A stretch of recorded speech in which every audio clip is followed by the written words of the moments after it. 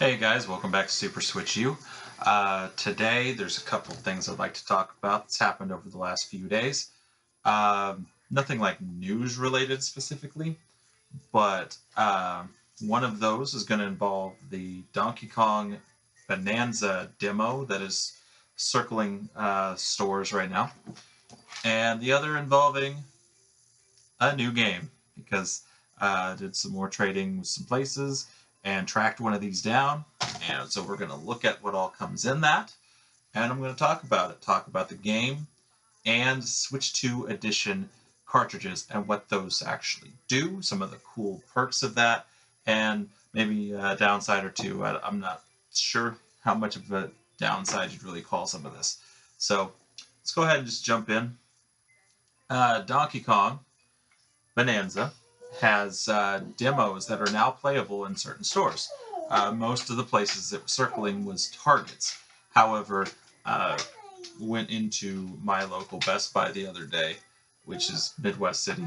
It's like two stores down from a Target.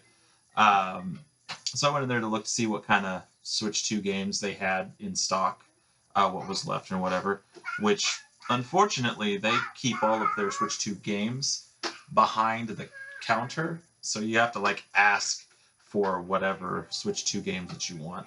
So it's a little hard to just window shop like I like to do sometimes. But they did have a Switch 2 setup next to the Switch 1. No TV though, so it was all just handheld play with Switch 2. But you could play the exact same demos and trailers that you can at the Targets. So Mario Kart World and Donkey Kong Bananza were playable. Every other launch game and launch window game up to a certain point, which I don't think was very far, was just trailers. And didn't play it in there. I didn't really have time then. But the day before, because this was, Best Buy we went to yesterday, so 2 days ago, Thursday, my wife wanted some ramen, so we went up to Meiji's in Midwest City and got some ramen. I got sushi. She got the gyoza things. Irrelevant to the story. We were up there, we were doing some things, getting some stuff, and we went into Target because I wanted to look at Switch 2 games and see what they had, and we were in there for something else. We were in there for baby stuff. We were just kind of looking for baby stuff for Joseph, who was still very much due in August. And so we went and looked at the games, and they had the kiosk set up just like everybody's saying that there was this TV, there was controllers and a Switch 2 set up, and then off to the side there was a handheld mode Switch 2. So two people could technically demo at the same time. So that's exactly what we did. We had Logan in the shopping cart. He was playing with some of the oversized Pokemon plushes that are way too expensive to buy. And we played the Donkey Kong demo. And holy crap, it's amazing. Like, just a little bit that you get to play. And it doesn't even seem like it's real linear either. Like, you get the opening area where you're underground in the mines with the monkeys and stuff. Some of the first things they showed off. And so I was kind of cruising through and looking at stuff, breaking everything, because that turns out to be a lot more fun than it looks like on the trailers. Just wailing away at some walls, finding bananas and gold and hidden items and stuff. And you smack a monkey and you high-five them, and it's really cool. But I was just cruising along, didn't even really pay attention to what I was doing, and found one of the gold banana things. I don't remember what they're called right now because I'm trying to remember a lot of stuff, and there's a bunch of other games I'm playing too. But found one of those like on a ledge, and it seemed like it was going to start a cutscene or something. But instead of starting that, it jumped ahead in the game, and so then I ended up in sub-level 1, I guess, or whatever that first world is. But it immediately had Pauline. So I never got a section with Odd Rock. I just got Pauline and jumped straight into that. And was cruising along, Not very long, because it only gives you like 15 minutes to play this thing, and I don't even think I filled the full 15 minutes.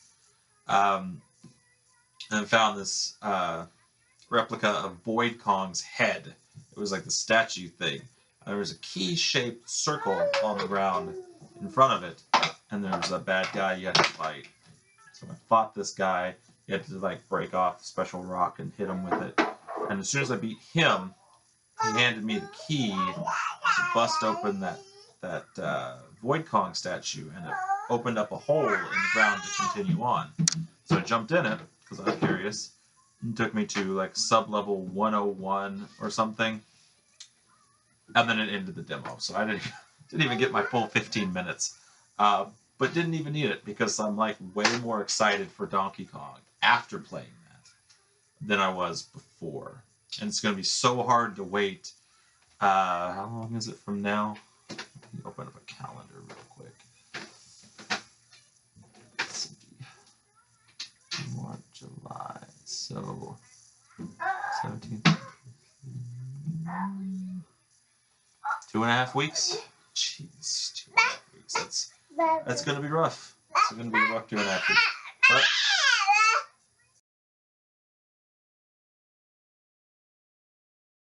so yeah, it was cool, and my wife, she just spent the whole time in that first area breaking stuff and finding gold. And what's even better is Logan loves watching the sections that have like all the gold on the wall and you're just smashing. It's all bright and shiny.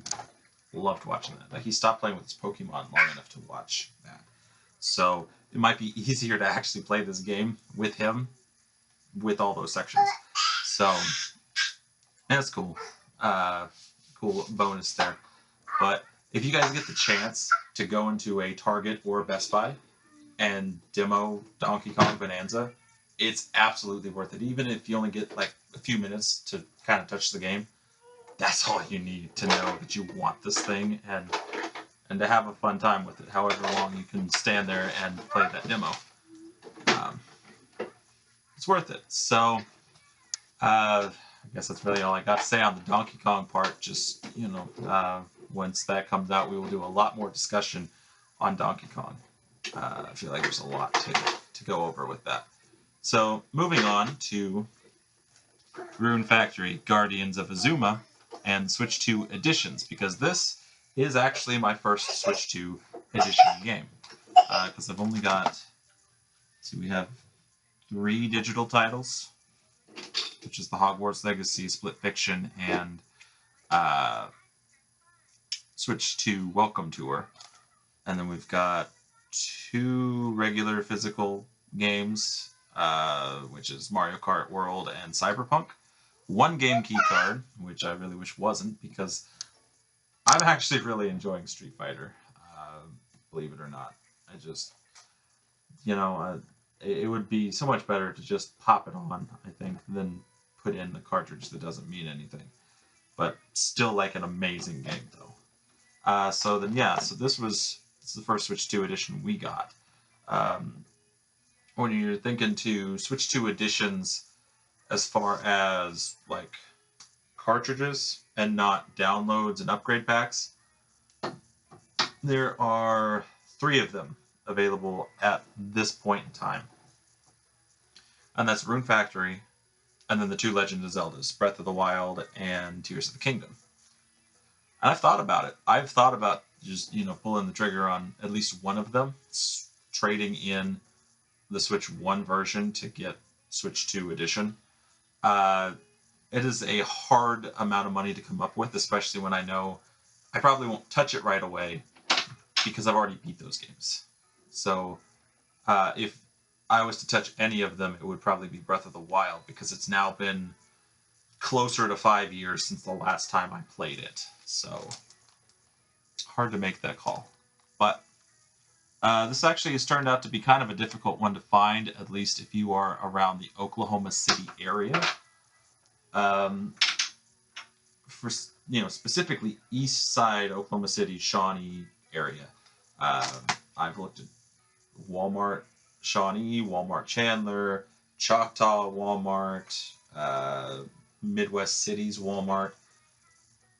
Couldn't find it. Could not find this in the store. There was no price tag or location for it to go back into. Just didn't exist. Looking in store at Midwest City, Target, and Best Buy, not there. Nobody seemed to have it. So I go looking because did some trading to Game Exchange, so I got some cash to go spend. And then there's these things at work called Smile Points, and I was able to redeem it for $20 worth of gift cards to either Best Buy or Target, because GameStop, for whatever reason, is a $50 minimum gift card, and it was way out of my points. So went looking, and Best Buy just has it listed as unavailable at this point.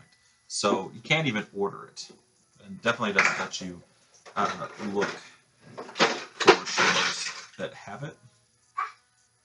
So that was part of why I decided to do this instead of wait and get something else later. I had interest in this game, and my wife has interest in this game. She liked the farming side of it. I liked the action combat story side of it. So it just made sense. We both might actually thoroughly enjoy this game. So I wanted to get it before something stupid crazy happens, like it goes rare for a while or indefinitely and becomes expensive to find.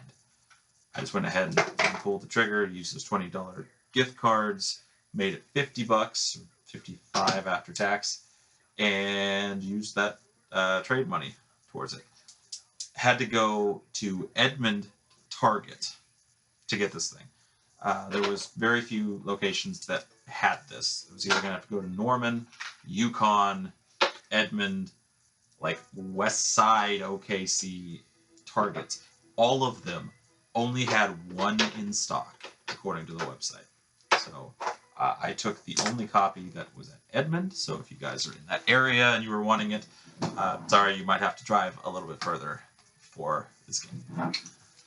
But that's a little bit on picking it up today, because June 28th we picked it up. So yeah, without going too much further into things, I'm going to go ahead and open this thing so you guys can see. But here's the back of the case if you wanted to see that. I know my camera's not great. Single player, you can use Pro Controller, it can use Switch 1 Joy-Cons and Switch 1 Pro Controller, which is Switch 2 edition. I would hope it could use those controllers, but it does mention it, so that's kind of neat. And then when you open that up, sure other people have opened this and showed, but I will show you guys as well. There is an actual manual, an actual shows you everything, breaks down characters and different things you can do to play. It has a calendar back here for each of the seasons, people's birthdays and holiday type things and whatnot. There's even a section for notes if you need to jot something down. Yeah, I mean, it's neat to still, we don't get booklets in games very often anymore, so it's really cool to get that one. And before I show off the actual cartridge, there is an inside artwork which looks like it's a map of Azuma. So that's pretty cool. I will never switch it around, and that is so hard to see it through the red. I feel like they should have, I don't know, did something different with that part of it, but it is what it is. So then we come to the cartridge, which is just a solid red. Did you get stuck, Logan? There you go. Alright, sorry. You got stuck. It's just a solid red color. It's got the logo, it's a Switch 2 edition on there, and standard back of a cartridge. Now, unlike the game key cards where it had the little key symbol up there, this just straight up looks like a Switch 2 game. And I'm not going to try to get screen footage of these things like this working in both systems, because I know it's going to look like crap. and there's no point to show something that looks that awful. I will explain to you putting it into both systems. So Switch 2, it looked great on the TV. Wasn't too crazy on handheld mode. I think it's probably the first game so far I can say that was not breathtaking in how it looked in handheld mode on Switch 2. Kind of just looked like another Switch 1 game, which is fine. And playing through, finally got to the section for gardening, and it did actually explain that there is a mouse mode, and so you can like zooms it out to show you the entire development area. You can use the cursor to just drag and drop things and specifically click where you want, like path tiles, soil tiles,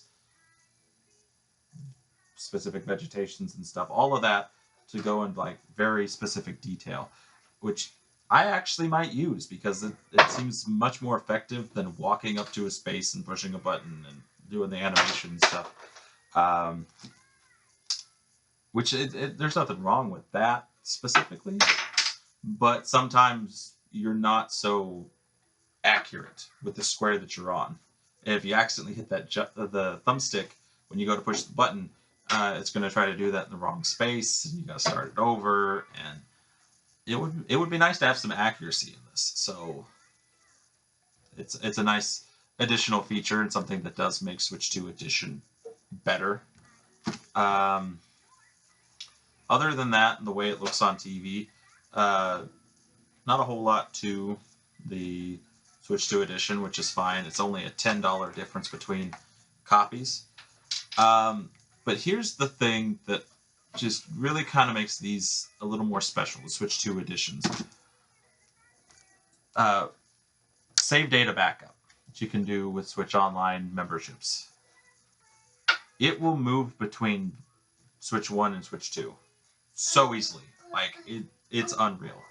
I had played this for a while, put maybe 30 minutes to an hour into it so far, and saved it, shut it off, and I wanted to see the whole thing running on Switch 1. And I thought, might as well try pulling the save data and see what it says. I may not move between because they're Switch 1 and Switch 2. To my surprise, it absolutely pulled the save data from the cloud, and I could just keep going on Switch 1 when I can't play Switch 2 because the wife wants to play Hogwarts or Mario Kart, or, you know, if I'm still playing this in October and she's hogging Pokemon Legends ZA on the Switch 2, I can keep going on Switch 1 and, like, never skip a beat as far as, you know, playing the game. Now, it will be a little bit different visually, and I won't have mouse mode and stuff like that, but when you can only afford one Switch 2 because they're so freaking expensive, this is helpful. This is helpful to just keep a library of Switch 1s and just use the Switch 2 editions and pull them straight up on Switch 1. So I actually kind of like these a little bit better, and it almost makes me want to swap over all of my games that are Switch 1 copies to Switch 2. It does actually make the Zeldas a little more appealing, even though, yes, it still may be a bit before I feel like going back to them.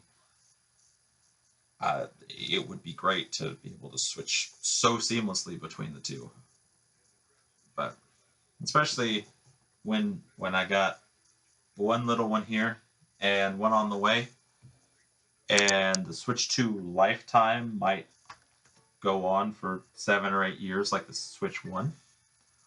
I don't know that they'll be starting with Switch 2, but it'd be easy to get them some Switch 1s, like some Switch Lights, and let them play the games that way.